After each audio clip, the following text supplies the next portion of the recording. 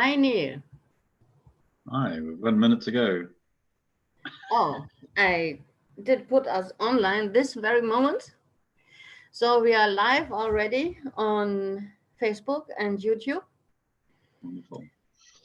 And I thank you very much for inviting me to this workshop. And I hope that we have a lot of fun today on Sure. this very extraordinary and sometimes sad topic of letting go.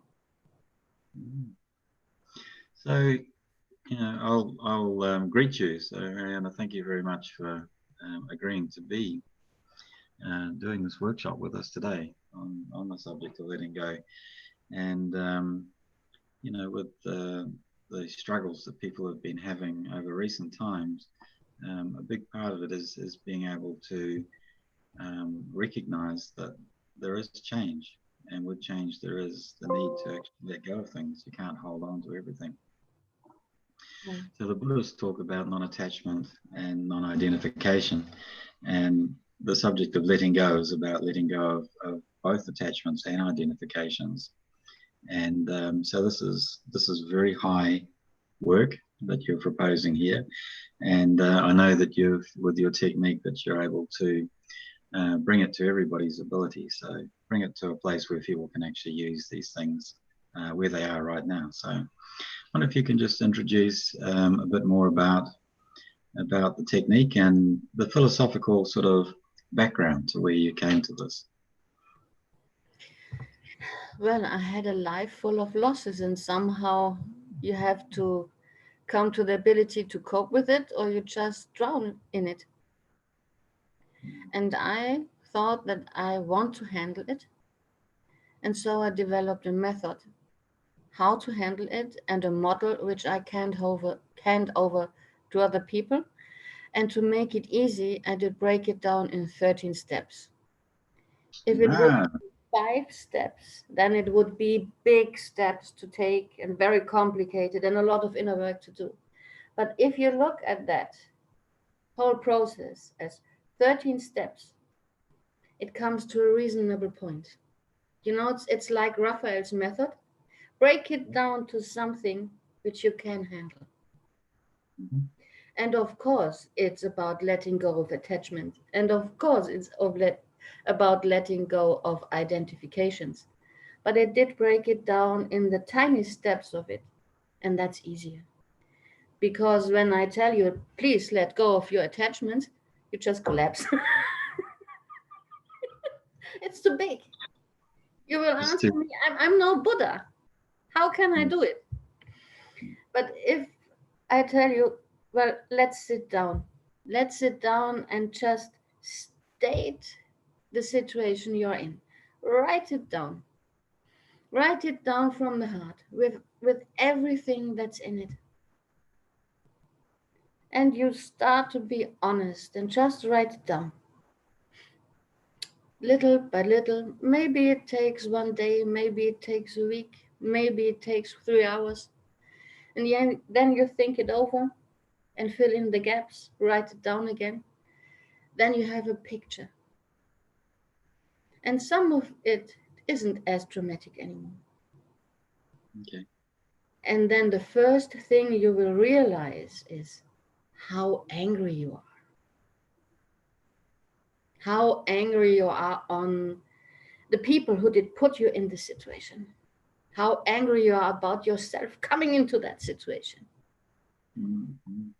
The most fabulous situation, of course, is a divorce or something like that. Either you have to leave somebody or somebody left you. Let's do the example on that common topic. Everybody knows that in some time of the life, divorce or just separation. So if you are the one who's leaving, you are angry about the one who did misbehave and you had to leave. And you're angry about yourself because you couldn't cope, you couldn't stay in the relationship, you had to go. And the one who is left behind obviously is very angry because it's left behind. Doesn't feel good. Does feel somehow I'm not enough. So you're angry. It's easier being angry than thinking I'm not enough.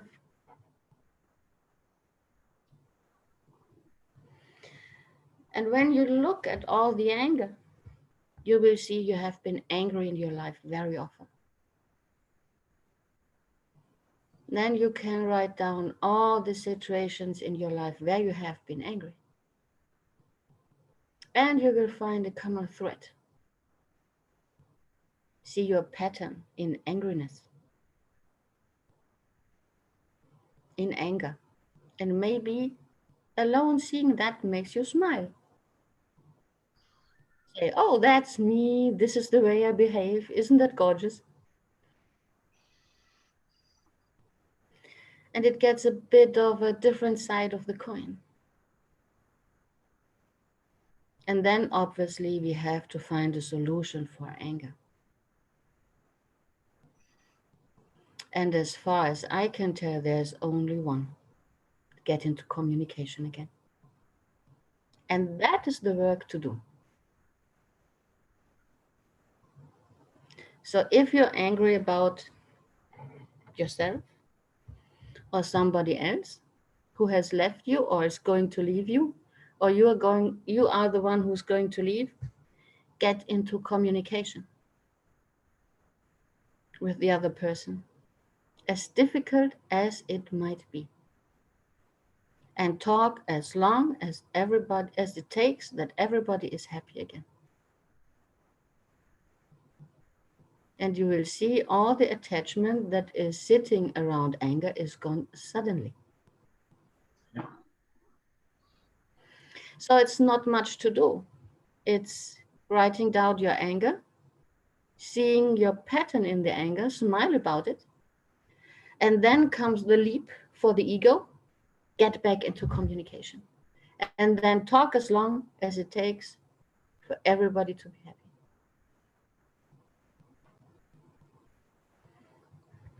Any questions on that topic?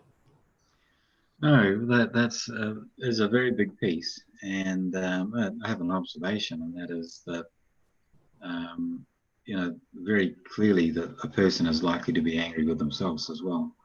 So, what do they do about the communication now? They need to get into communication with themselves And how would and they do? with all the people who are angry with them. So if you feel guilty somehow, which is not a feeling, it's a delusion. It's a delusion of guilt, not a feeling. We just call it feeling guilty. Then you just go down to all the ideas of guilt, where you felt or you told yourself to be guilty.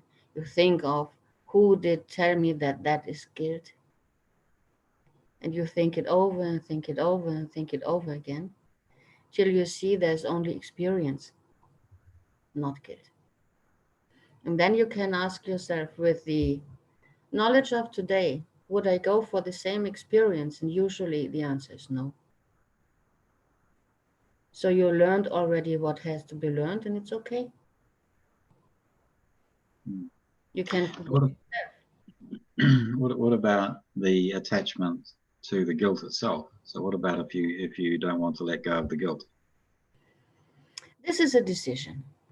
This is a mere decision. Either you want to stay in the cycle of guilt, then if you decide on that, you will go on suffering for the rest of your life and you will make people around yourself suffer. There is no way out of that. Then you can take the decision of either doing that or stopping that. It's as simple as that. It's the 10th step in the whole model, saying, do you want to go in circles, or do you want to take a new path? And that is only a decision away. But it doesn't help. It is a decision, and the decision cannot be maybe. The decision is yes or no.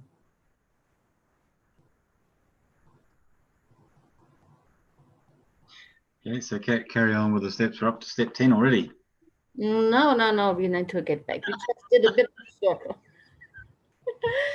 Confusing it. Is there Uh, anything or anybody who wants to know a bit more about anger, how to cope with anger, or did meet anger in a way that it seemed to be impossible to keep on talking or to get back to communication with somebody? I guess we all had that step where we got so angry about somebody that you slam the door and you don't want to talk anymore. mm, Did you have that in your life? possibly. Possibly, me too. Yeah. And you know how difficult it is to start breathing, calm yourself down a bit, open the door again, and ask if it is possible to have a talk again. Mm.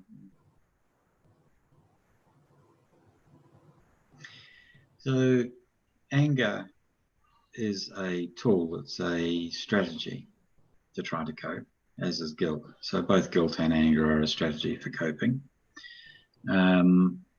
What you're talking about here is that neither of those strategies are appropriate to letting go. Oh, it's appropriate if you want to go on suffering. But if somehow you want to get a solution, then it's not a way. The only way when you feel anger is starting to communicate. And this is the major tool, that you realize I am angry and that you're honest about it, which is not so easy. And then you look around, where's the point where I missed to communicate clearly? And go back to that point and communicate. This is the point to dissolve the anger. And this is the point of letting go of the anger.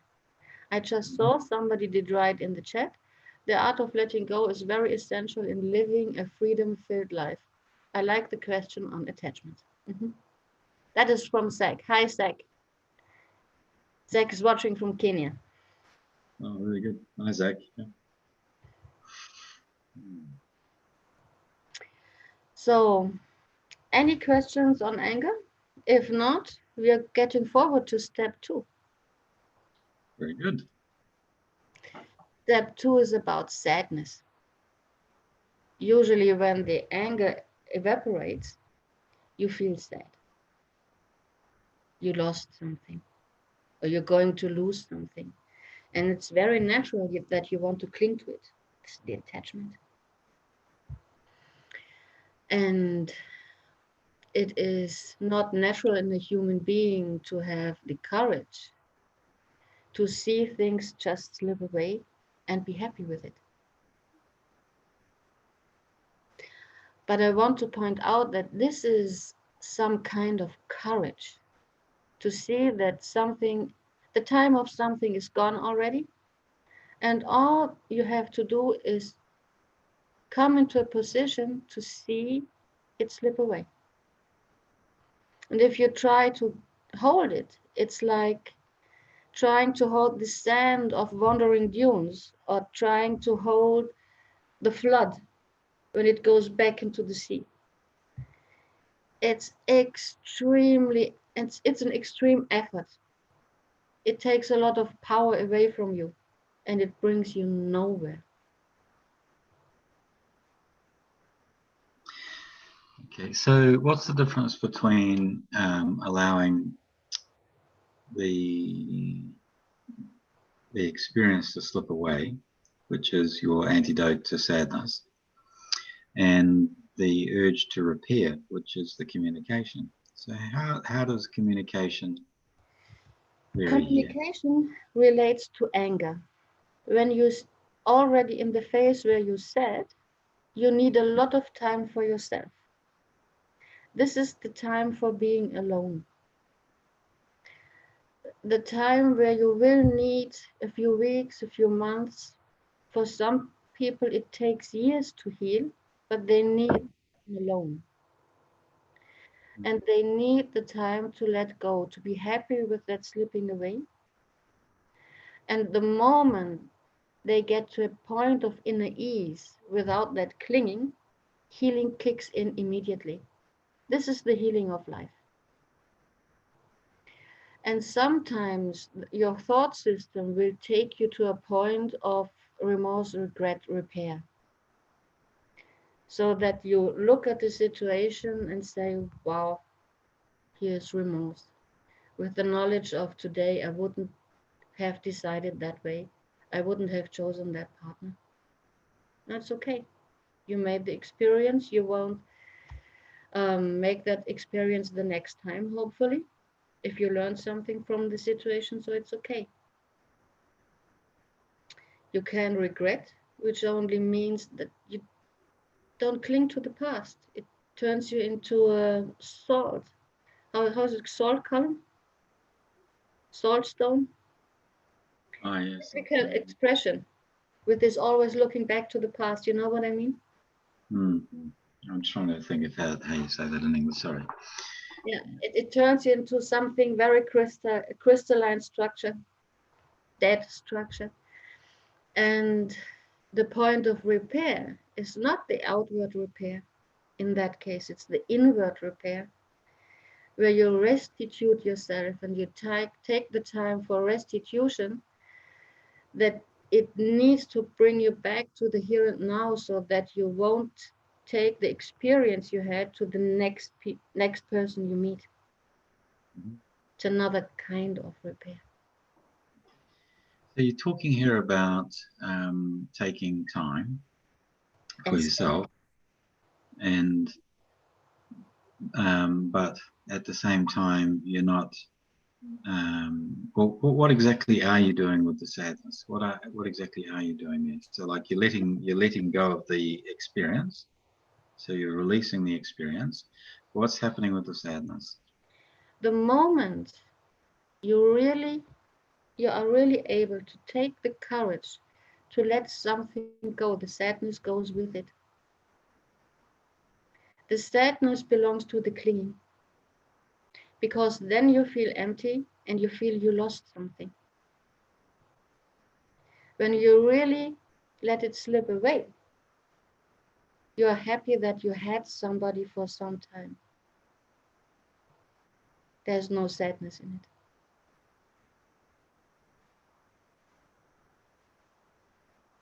You only feel the gratitude of having had that experience.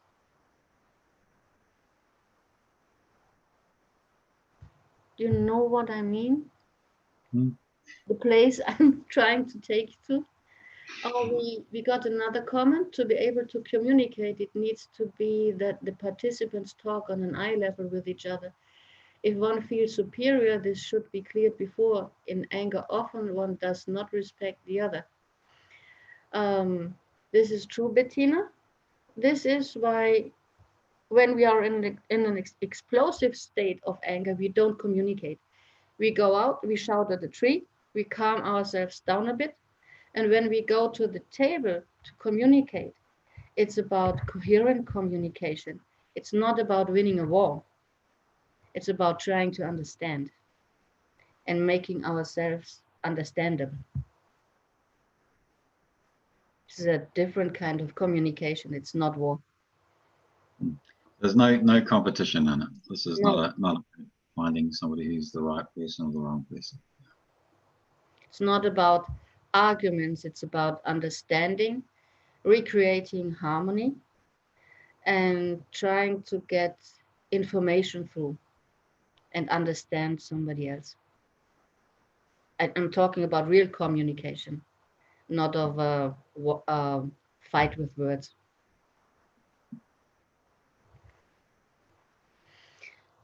So back step to the sadness. In my experience, if you're really able to observe somebody or something leaving, if you come to the observing point, it doesn't hurt. But it takes a lot of courage to tell yourself the time is over. It's already done. Or seeing a person as a part lifetime experience, not a long or all life experience. And this is the difficult thing, that we sometimes meet somebody with whom we are very apt for a few years, but not our whole experience. And that person doesn't serve, and we don't serve that person for a long time or long term. So fate kicks in one point or the other and initiates some kind of separation, which only means um, evolution and thriving is on another track. And this is this kind of change and acceptance, which needs courage. In that situation, is it that the purpose or the path of each individual diverges? Is that the experience, or is it something else? Yes, it can diverge, but it doesn't need to be that communication or understanding or even love stops. It's just another track of experience.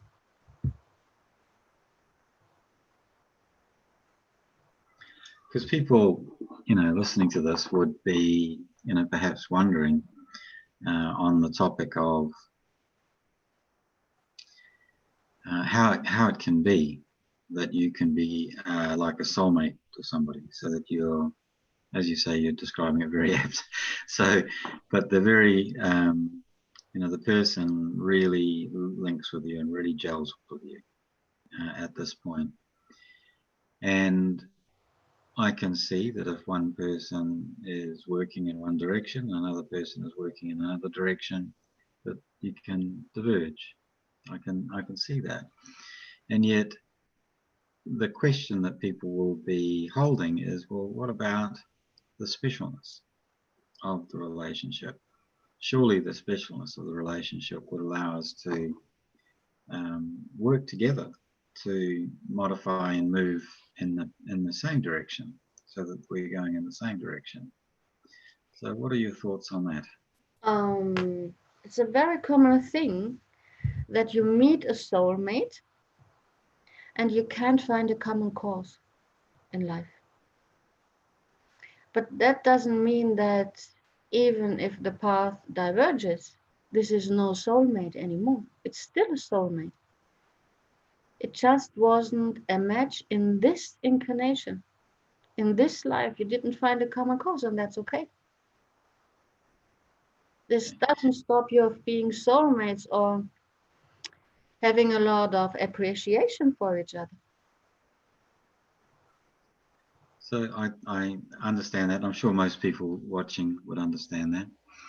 Talk through this notion of the common cause. So, and the importance of it. Why it would be important to have a common cause. Most people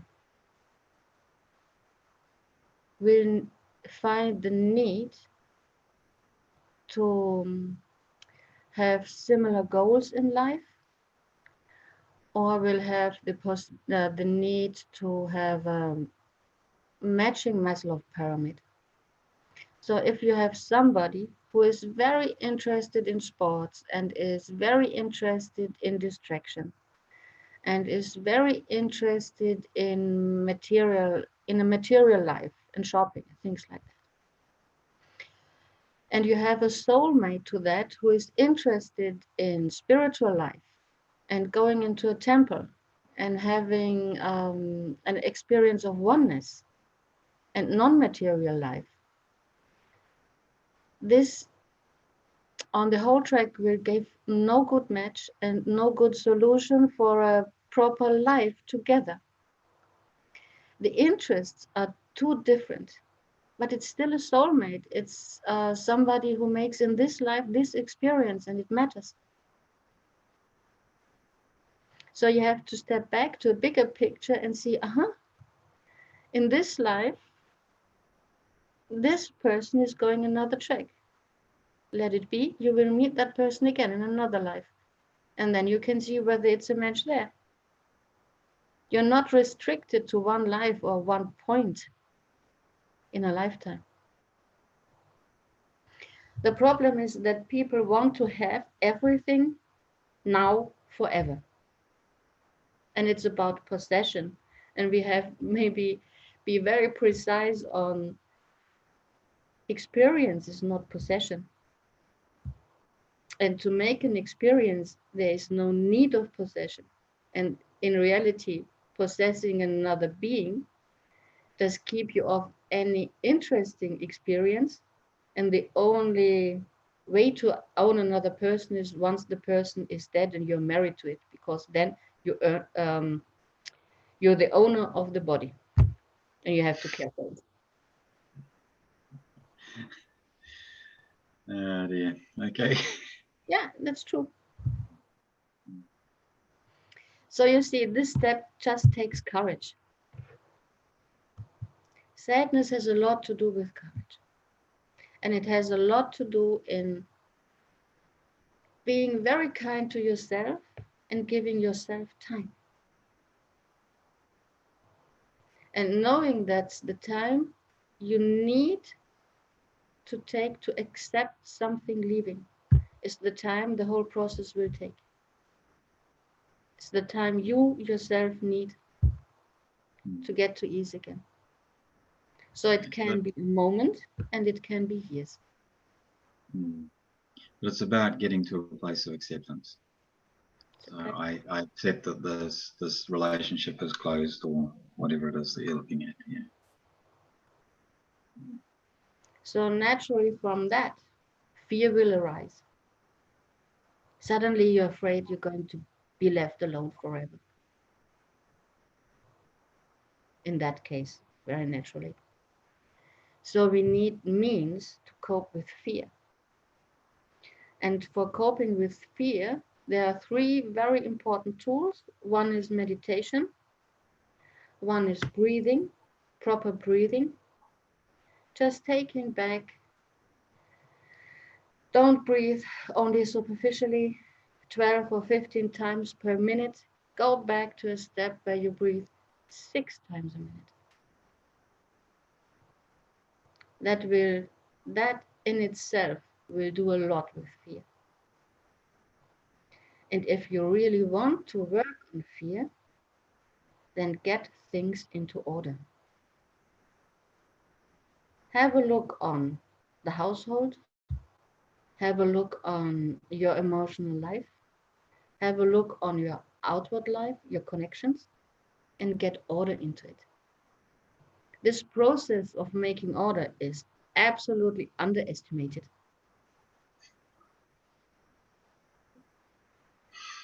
It's very much connecting to honesty. So once you are drowning in fear, you can always help yourself by breathing, meditating, and getting things into order. And you can start any point that is just close to you. And if it's the cellar where everything is accumulated from the past years, and you will see it will help a lot.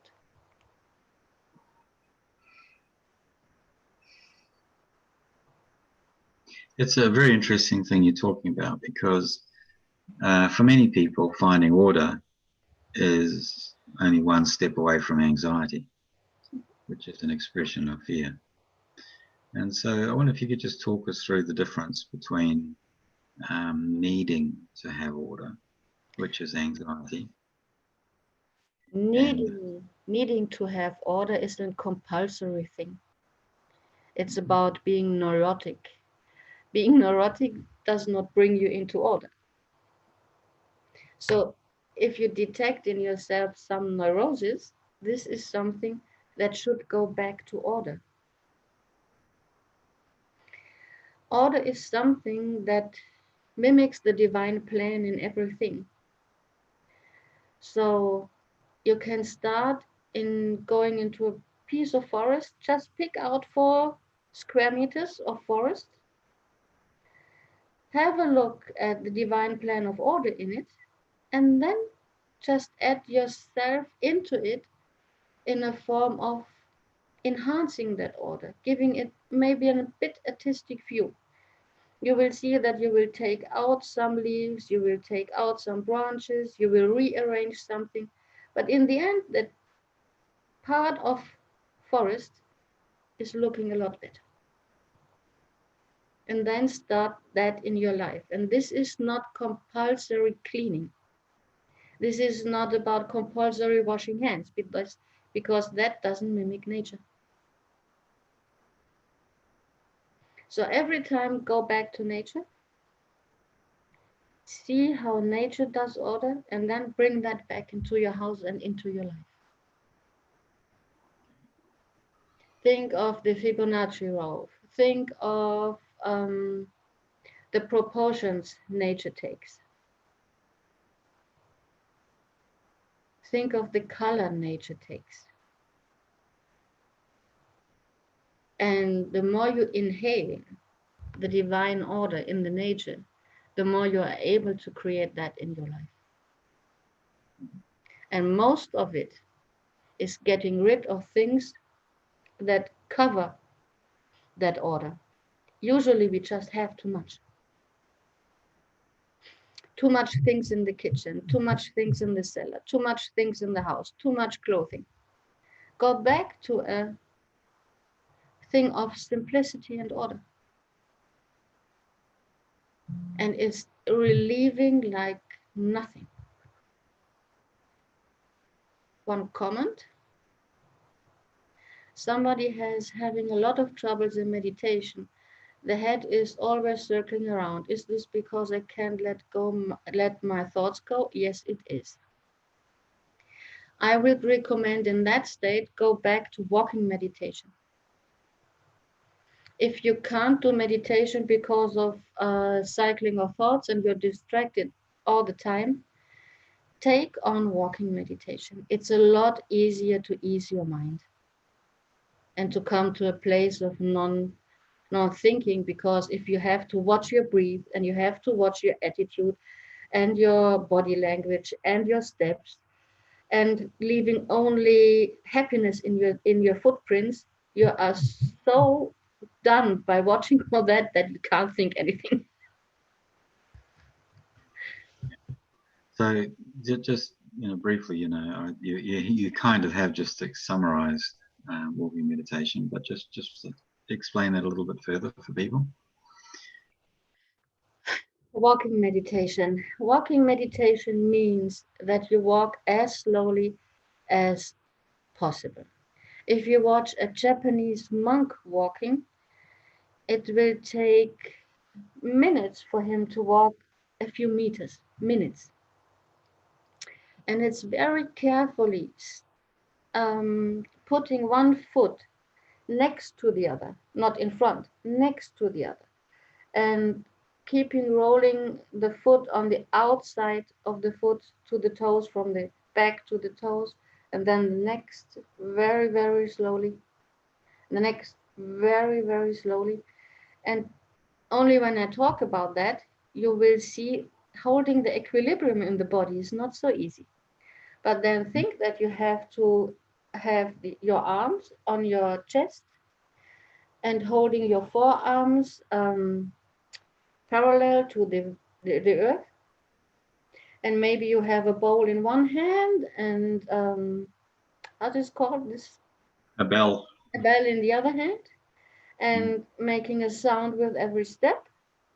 Look at the concentration, then hold your head high. Your look should be 1 meter in front of your feet, nowhere else.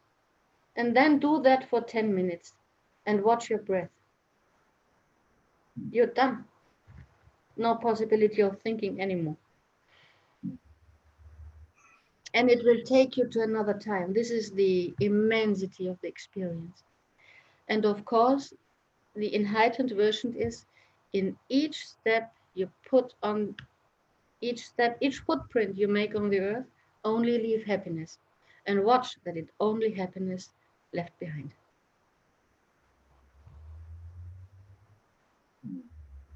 So Just obviously, if somebody is, really struggling with the fear, and the fear has got the monkey mind going, so it's going round and round in circles, they can commence to do the walking meditation, but to achieve the walking meditation, this is the work of a master, to actually get. It all But starts with the first step. Yeah. I've never seen a master in walking meditation from the first minute. But it will be helpful within the first step.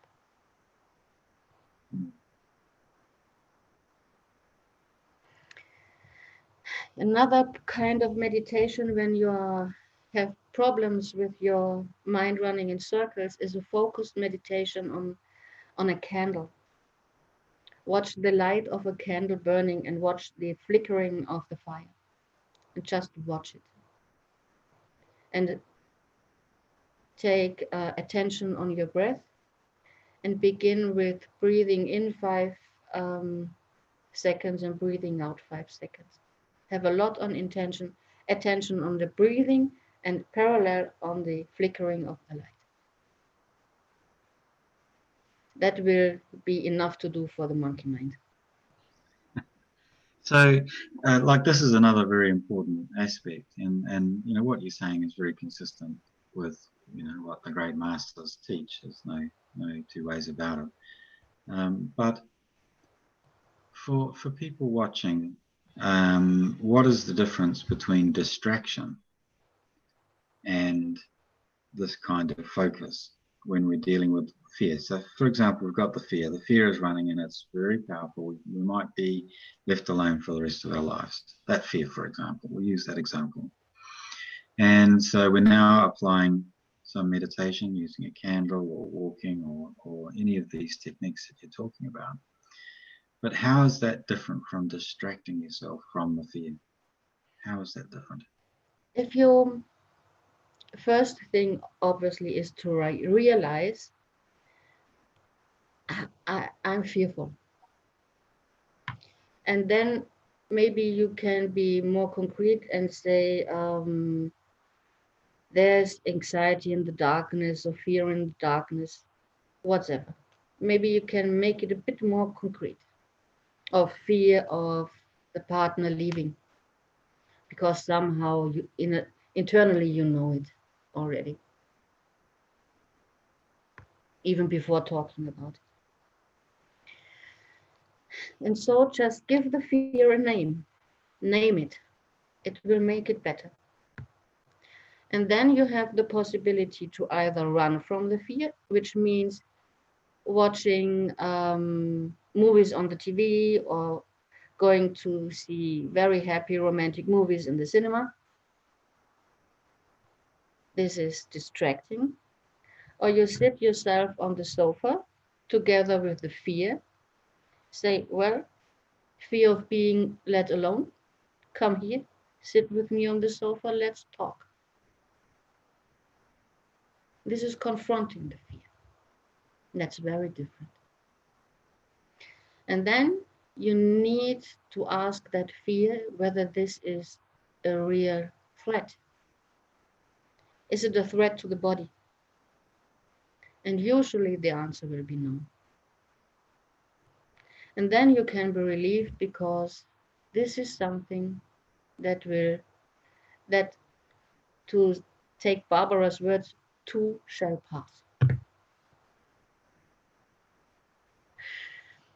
Sooner or later, when you sit with the fear on the sofa and share a cup of tea with the fear and talk it through and begin making order, because you will see, well, I'm fearful of being alone. If you're fearful of being alone, putting big things back into order is create a good social net. Then you're not alone. You can do it. If the fear is that something very precious will be taken from you, then get realize that you're attached to that and think, is that thing more worth than I am, or the happiness in my life? Does the happiness of my life belong to that? Am I that thing? And you will realize it's not. So it's a lot about getting aware and confronting. So we are back to courage again. Back to courage again. Yep, I agree. Yep. And going to a movie doesn't help.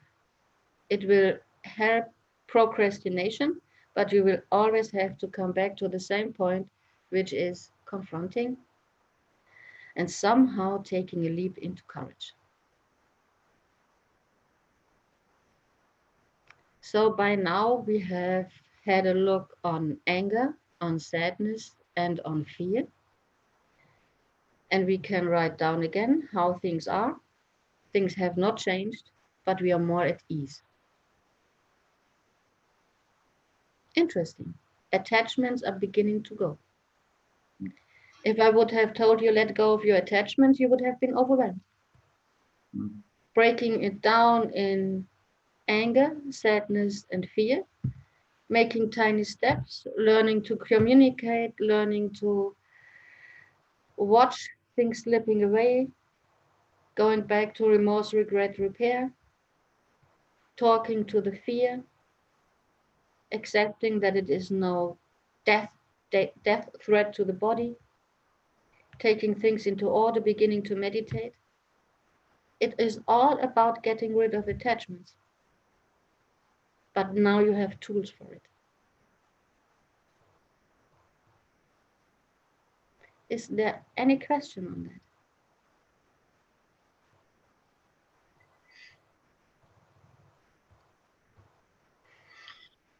No, that's pretty clear. That's pretty clear. So let's head for the identifications. If I tell you get rid of all your identifications, we are clear, all will collapse. We are not Buddha. But we can start with thinking about the times when we tell everybody this is right and this is not. I know what is right. And think about righteousness, which is a bit on top. And you will see dividing the world in good and bad, true and false. I want to have it that way. I don't want to have it that way. Takes yourself in a lot of trouble. You're making very narrow systems. You can look at our law system at the moment. We can see the deprivation of civil rights. And you can see what you can do with systems once you create them, how limiting they are. And then you can ask yourself, do I want to limit myself or any other person by dividing things in good and bad and right and false? And the obvious answer will be no, no, I want freedom for myself and others. This, when we talk about it, looks a bit easy. The next moment you will say, I know where the keys are. I know that I left them there. But you can train not being right all the time. Calculate that life is a bit more complex and that it is in reality down to perception and taking context what we can see as right or wrong. And we are very limited in this ability. Do we want to tell a cat or a dog or dolphin that there's nothing to hear because we don't hear it? They do hear it. They have other ranges of frequency to hear things. But with another human being, we would just behave that way. It's out of our perception, therefore it doesn't exist, therefore I'm right, the other person is wrong. We make it very, very simple. I wonder what people have to say about that topic. Please write something in the comments. I'm very interested. Yeah. What do you think about it?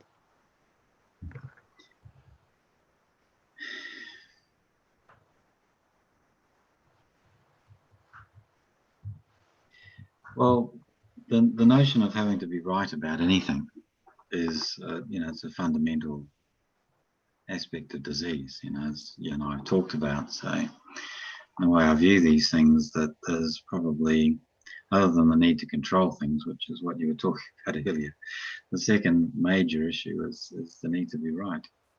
And so if we can allow diversity, we can allow there to be a place where,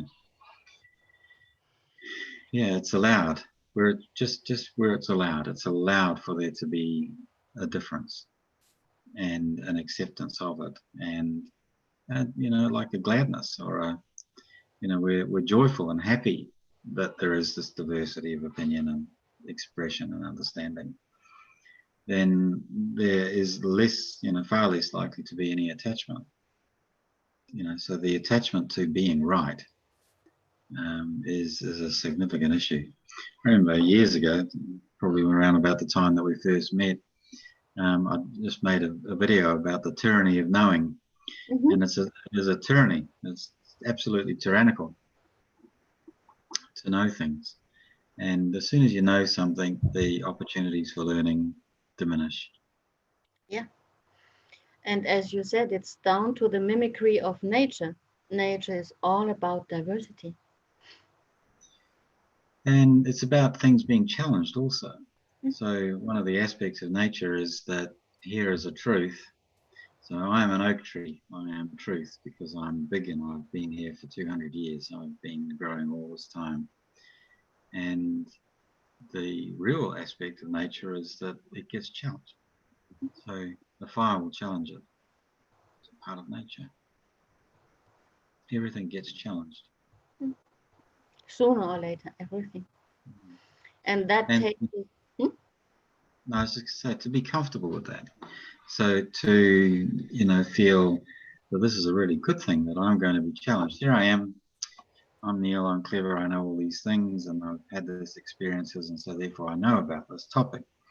And if I can say, well, you know what? It's just my opinion. These are my opinions. This is my filters. And, I welcome somebody to come along and challenge this so that I can see, so that I can learn. Then I'm far less likely to be attached to things. Yes, and it takes you out of the battle and takes you back to play. If you accept diversity and accept other opinions and know about your filters, you can have a conversation even from very different points of topic, coming from different point of views, and it's just a playful time because nobody has to win the battle and be right. Mm-hmm. Oh, there's no question. Your conversations and your interactions with other people become wildly more joyful if you can just say, you know what, I think you're right. And what I was holding on to just then, wasn't the best thing at all. This new idea that you promoted, how wonderful that is. And it's so light, and it's so joyful, and it's so creative, and embracing change. Mhm. And the obverse to that, what we would tend to do is that we would just grind and grind and grind and grind to hold on to a truth. And the more you hold on to, the more it takes you to the next step. All your stories about injuries and being injured. And it takes you back to the knowledge that everything, it's only a movie. It's only a movie. It's only stories about being injured. There's absolutely no possibility to injure your soul or to injure an eternal being. Your ego can be injured. Yes, that's good. Because you want to get rid of it anyway, sooner or later. So have it smashed by other people. It's okay. don't blame them. They are your fellow beings trying to smash your ego. That's good. And this is all the story about injuries, and we carry them in front of us on this silver tablet and show them to everybody. Oh, look at this trauma, look at that trauma. Instead of telling, oh, this is my fellow being. He did send me into that trauma. Wasn't that great? I learned so much. From that trauma, I really know that I'm an eternal being. But we don't do that. I don't know why.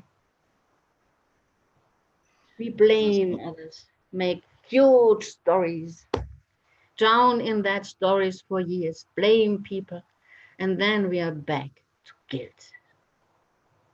guilt and punishment. As if that would be something nice to have. So in reality, you only can cling to the possibility of being injured and the possibility of being guilty or giving guilt to another person, and the idea of punishment and the idea of violence. If you want to skip it, you have to skip the whole bundle.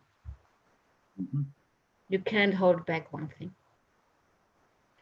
So if you want to skip suffering and all the punishment and all the guilt, then you have to give the idea of being injured away too. And that might sound crazy to a few people, but when they give it a try, they will see it's great. So all of that trauma, so that traumatic experience is just a story. It's a whole, or it's a collection of stories. Collection of stories. And for all of it, we just see that it is a story. Here is the story. My favorite trauma story is my mother.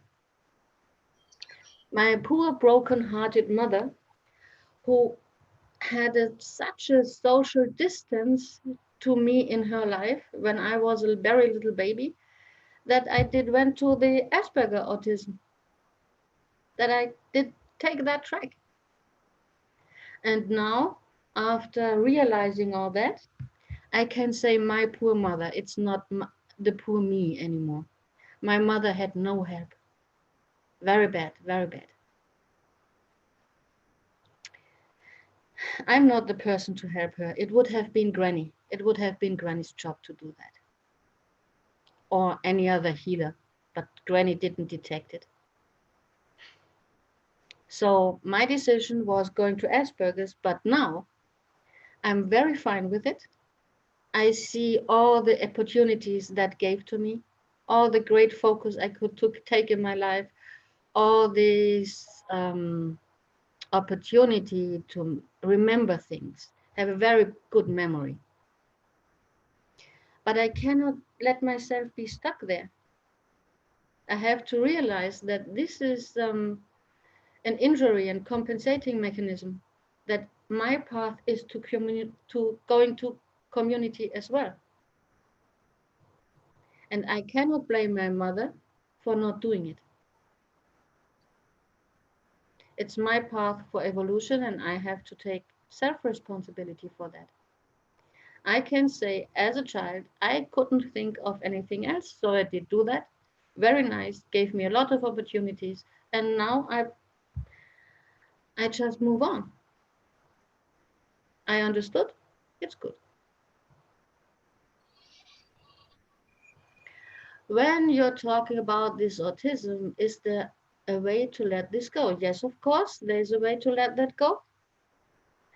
You know that looking into nature, there is not a single tree, there's a forest.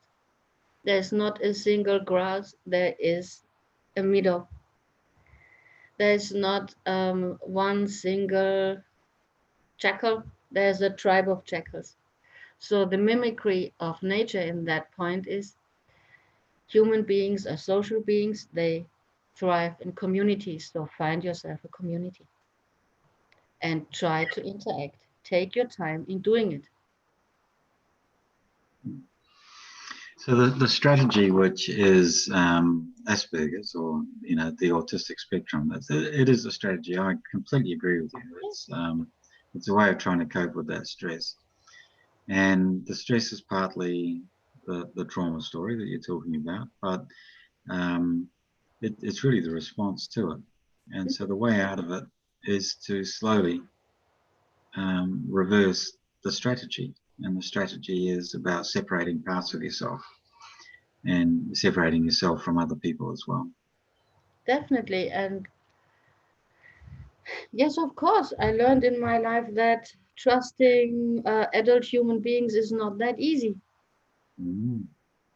But I can enhance my perception and I can enhance my ways of getting that perception into context. I can think of, is this human being danger to me or not? Is it just a fellow being that will help me to thrive and evolve?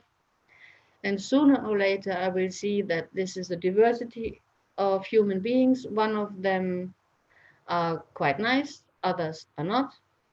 And it's my decision to go to those with whom I resonate and will have experiences of being happy in that community. So it's up to taking the decision to go down a reasonable path, which again is getting things into order. So we've got the need to control things. We've got the issues around knowing, being sure that we know what's going on, and we're now talking about separation. You know where I'm going with this, don't you? So, we're looking at these egoic aspects of these three lower brains. That's what we're looking at with all of the stuff that you're talking about. And the piece that still goes clang clang in my mind as you were talking about it is this getting things into order. And I know that you're meaning something different, but for many people listening to this, particularly, through that filter, which is the English language, that need to control things and getting things into order are a bit too similar. But I know you mean that they're different things. I mean biomimicry. Yeah.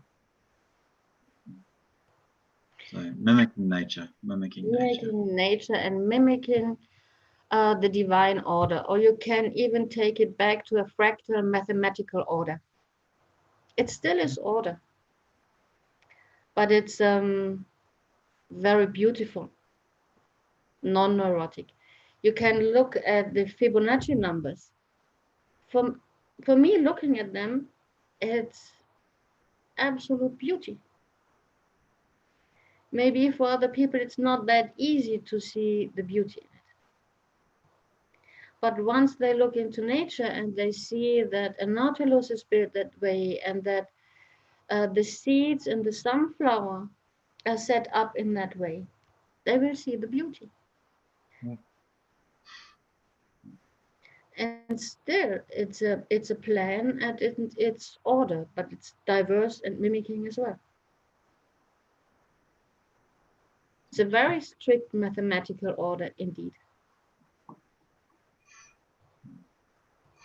So where are we up to in our numbers, in our sequence? Where are we up to in our sequence? We are in our sequence, we are up to number 9 now. Number 9, okay. Number 9, where we have to look at projections. We didn't talk about them. You feel yourself, or you think that you don't have courage. The very moment you detect, I lack courage, there's a picture in the room where you see yourself as a very courageous person and you want to be that. And within the moment, there's a distance between you and this what you want to be, and there's a conflict. And in a very philosophical way, this kind of conflict, that what is and that what not is, but you want it to be, is the conflict that is the base for all the war in the world.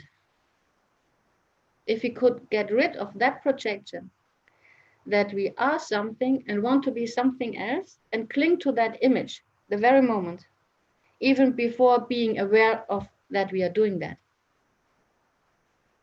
then a lot of trouble would stop. And this is there we are talking about discipline, which is not that easy. Detecting that you're projecting all the time. So explain for the listeners the difference between recognizing that change is required and this notion of projection that I want to be something else. So the difference between a projection and the recognition of change. In the recognition of change, you can stay with yourself. And you can look onto a path of thriving and evolving. And you know that there are steps that can be taken, and you know that nothing but yourself has to be changed, and that you can do that by decision any moment. As Muji said, it takes 24 hours to be Buddha, but are you prepared to do it today?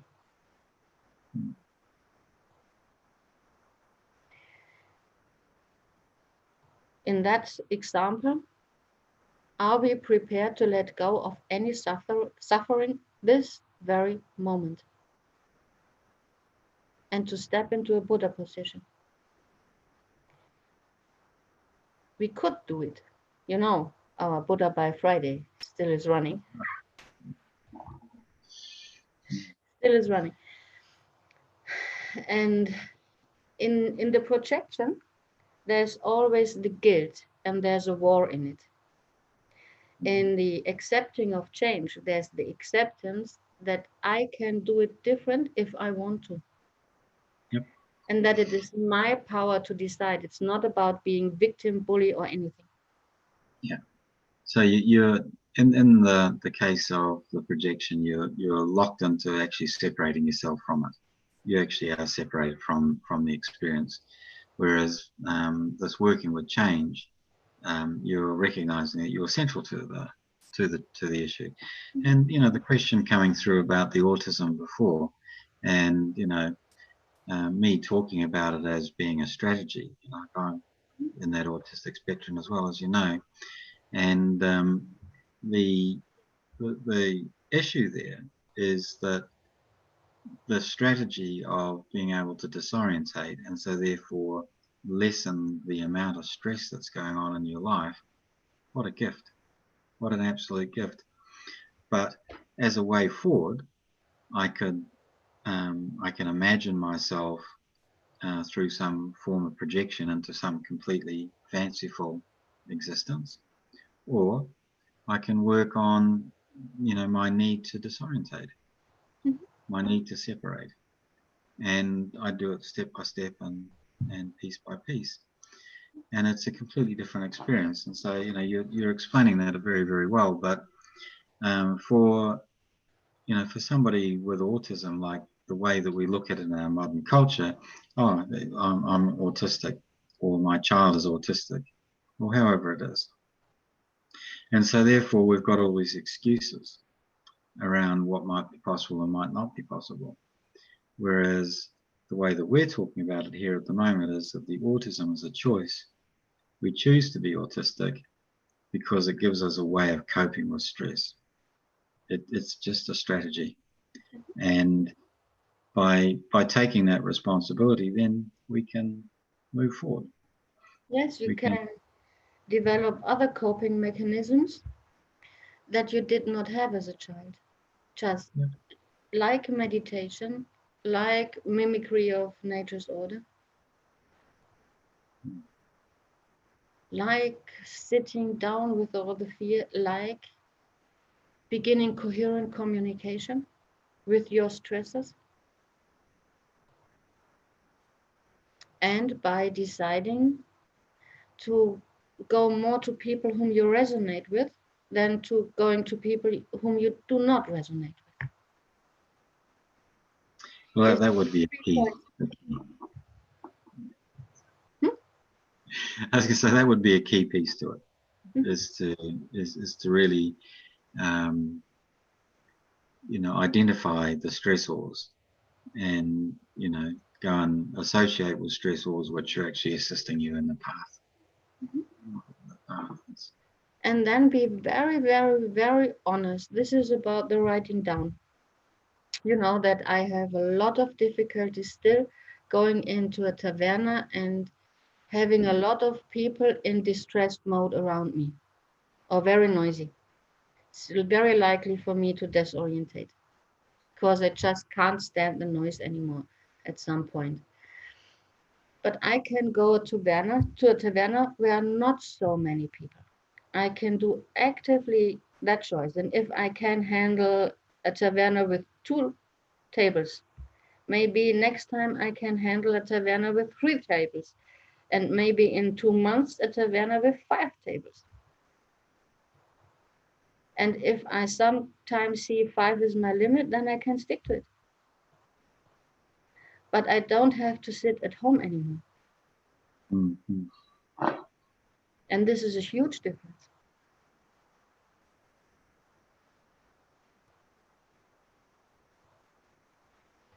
So it's taking us back to the honesty. And what I want to point out is that in this projection of being and not being something, in that there's all this lack of included. If you stay with yourself and you can keep your mind from projecting, then suddenly you will experience fullness. This lack of is just dissolving. This sits in that. Mm-hmm. So the moment you can visualize yourself as some being and not some being without relationship, you don't have a lack of. You're just happy. And you can stick to a point where you just are yourself and resonate to some other being which will be out there sometime, someplace, and sooner or later will come.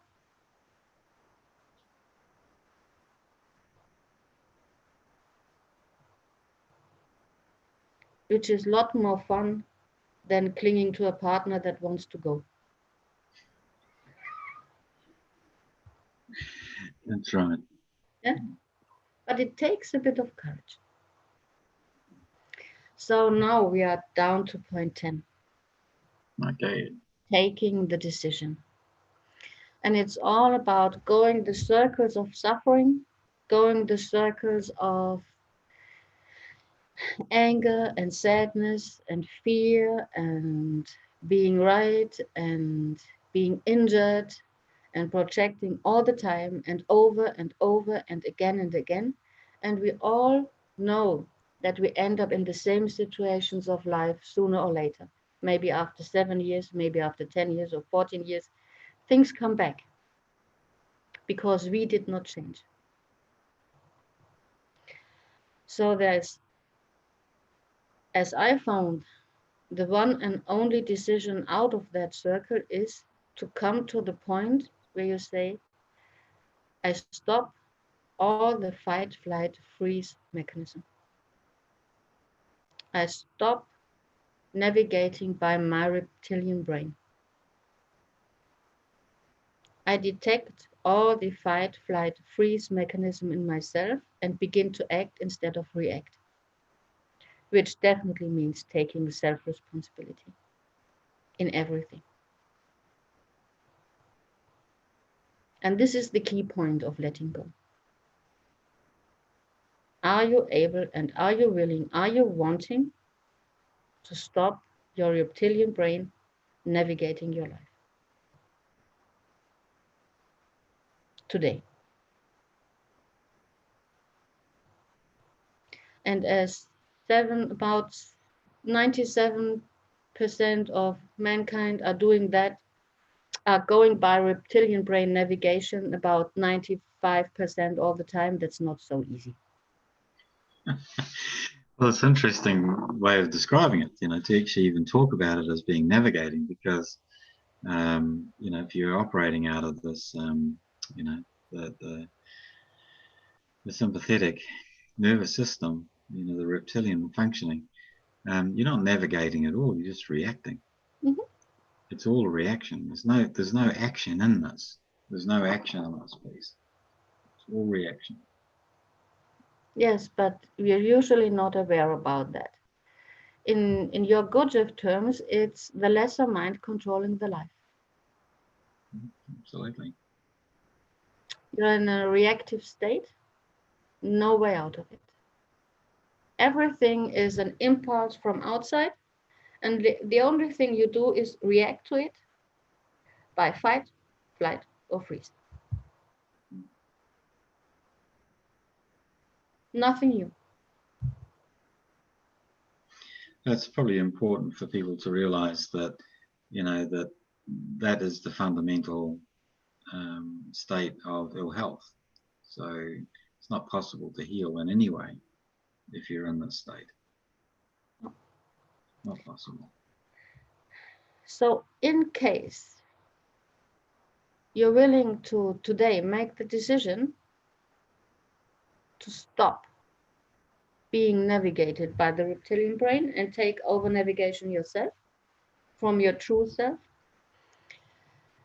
the self you already know, or as far as you know it already, then you are a creator. And everything that happens to you is your creation. So in case your partner is leaving you now, you created it,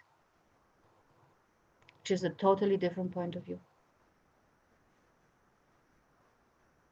Then you can ask yourself, why did I create it? Did I want to create it? How did I create it? If you want another creation, do it. And that just doesn't sound so nice. Because we all know how to react, but we don't know how to create. Nobody showed it. We didn't learn it at school. We didn't learn it from the parents. We didn't learn it from the friends. Maybe one or two of the people who are listening did meet a master one time.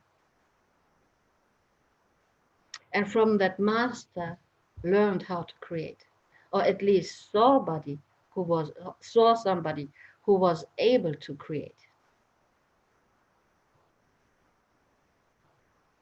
But that is it normally. Well, you're right. We don't learn it at school. That's for sure. You're absolutely right. So in case you're capable of creation, you really can do it, then the most interesting part starts. This is letting go without having anything new. And this is what this time, this whole Corona thing is about. It's about a quantum leap where we don't know where we are going.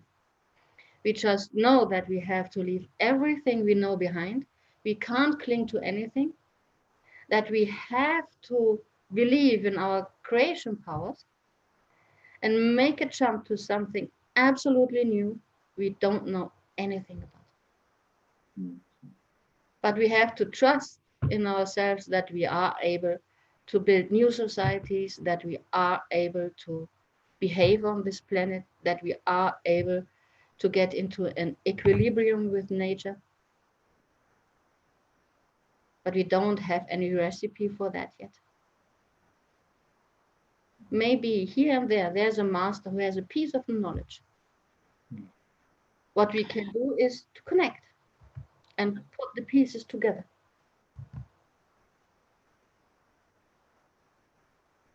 And then the miracle happens. You are happy with what you have. So is this part of step 10 still?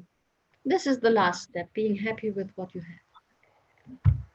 I just want to show you a picture that makes that very understandable. No, we need to see this written down. As long Yeah. as Okay. you know what is right and wrong, there's no possibility of a tree growing in the middle of the street. But when you're happy with nature and mimicking nature and letting things be, then you can drive left or right from the tree. It doesn't matter. And this is what things are about. Mhm. Being happy how it is, knowing that there's a divine plan, and just finding the right spot for yourself in that plan. And getting into resonance with those around you, finding the right trees to resonate, and be there and thrive together with the others. Yeah.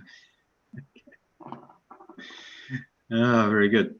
So the photograph that you just showed us is from your book, isn't it? It's from, yeah. So tell people about your book. Tell people about your book. Oh, last year I managed to write a book. This one. It's just a little one. It's in German, and it contains those 13 steps. The 13 steps of letting go. And still, I open it when I'm flat, just read a few sentences in it, and somehow, sometimes I cannot remember that I did write it. Mm. So there's a bit of truth in it that is not coming from myself. Mm. Interesting. But I use it sometimes just like other people use their tarot cards or so. Okay. Find a piece of information in it when I'm looking for an answer. Yeah. That's interesting, isn't it? That is very interesting. Okay, well that's marvelous, and it is a true 13-step program. It's the steps. It's breaking down a very huge piece into little steps.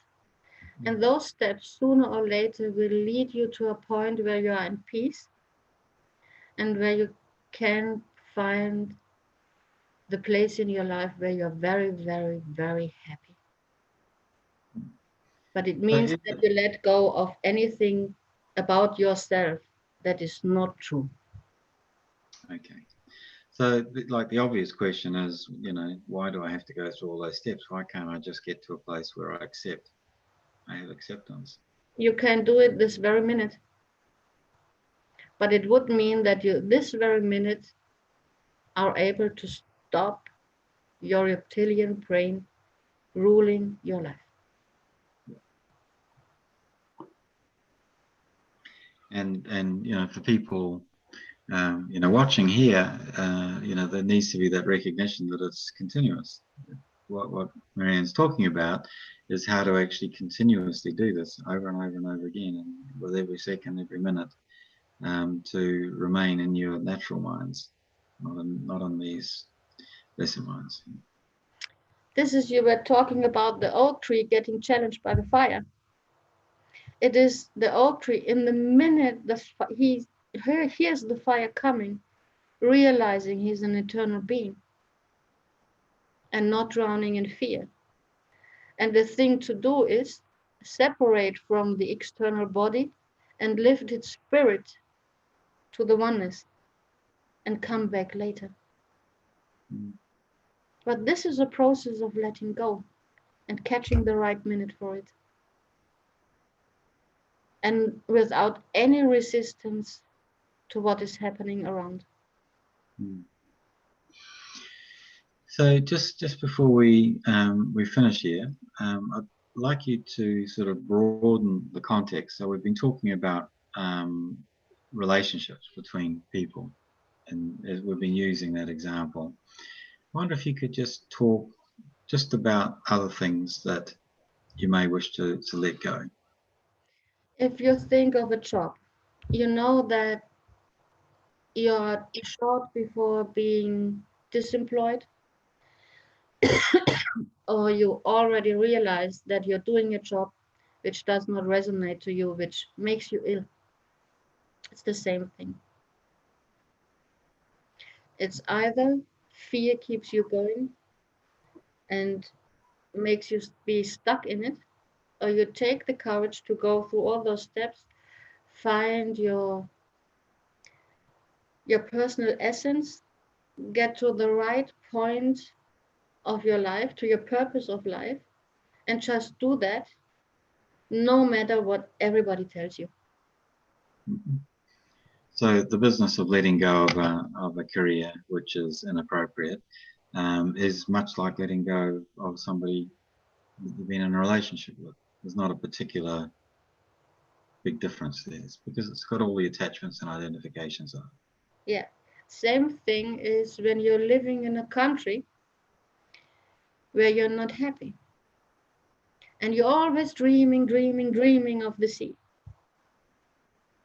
Because you live in the mountains, or you live at the sea and you're always dreaming of mountains. It's the same thing. See whether it is just a flight mechanism, just a distraction, or whether you're a mountain person. And in case you're living at the sea and you're a mountain person, there's nothing else to do than go to the mountain. But maybe your family and your partner wants to live at the sea. Mm-hmm. Then you have to let go. Okay. Yourself. Otherwise you won't thrive. And you have to be sure that in the mountainside, there are those people you will resonate with. And you will find your family there. Yeah, one way or another. Yeah. One way or the other. So it's always the same thing. You can take which essential part of life that you want. If you're the material person who always wanted to experience samadhi, then you have to get rid of all the matter you have. In your way is going into the temple. If you are monk going around and you want to have a relationship badly, then it's time to stop being a monk.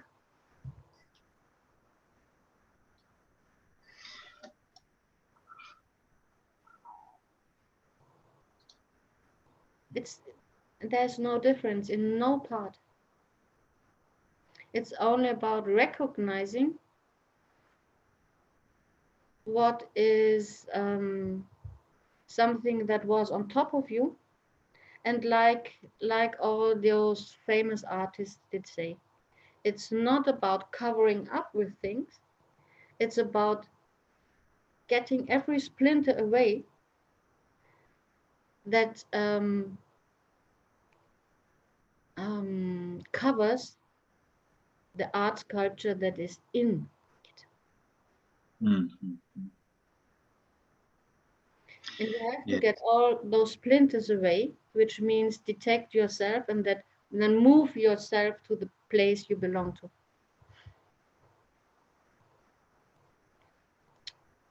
And whatever call you're taking, financial call, relationship call, health call,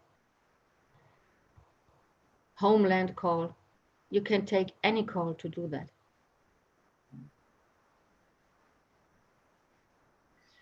So tell me, what's your parting message? What's your parting message for people? Do it. Just Very simple. Don't think about it. Don't procrastinate. Do it or leave it. But then don't worry.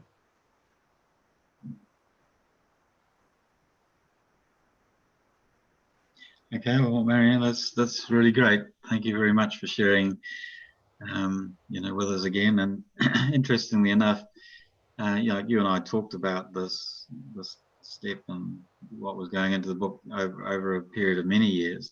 and yet it's still, you know, it's wonderful to actually hear you summarize it all together in one piece. So for everybody, and I can't help thinking that we need to get this translated into English as well. So that's another project. It's another project. But we can do it. It's not impossible. It's not too long. We can manage. Yeah. Anyway, look, thank you so much for spending the time to share this with everybody today. And yeah, we'll make sure that we can help people through this, and perhaps I'm not sure exactly how we do this, but there'll be ways that we can actually help people directly actually experience it. Yes, yes, we can do that. And in our new newspaper, Future Link, there's an article about fear. So people at least can start reading there. There's a chapter of the book published in there. Okay. That's a good place to start. It's a good place to start. We probably need another article about being right, and another article about being angry. We can do that. And if there are a group of people who want to go through a process because this is the time and they want to do it now, we can do it online or offline. Just go back to us. Come back to us. Yeah, absolutely. So get in touch. Be in touch. Be part of the movement of all this change. So thank you, Marianne. And Thank you so much. yeah, it's all good. And thanks to the people watching too. Just let's ask if there's any question left. So yep.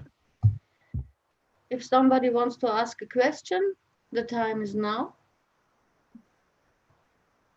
If not, we are just saying goodbye and thanking you for participating.